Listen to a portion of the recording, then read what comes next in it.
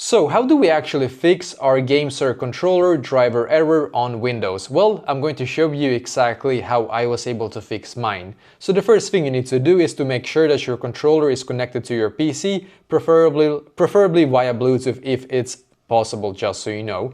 And then what we need to do after that is to just click on search down below here and then search for device manager. So just search for device manager. And you should now be able to view this right here, as you can see. So now I hope you can still see okay. I'm just gonna make sure that it focuses here a little bit so you can see exactly what I'm doing. So basically we need to now find where it says human interface devices here, and then the Bluetooth HYD device that is, you can see here with an orange like explanation here, that's the one that you're gonna look for.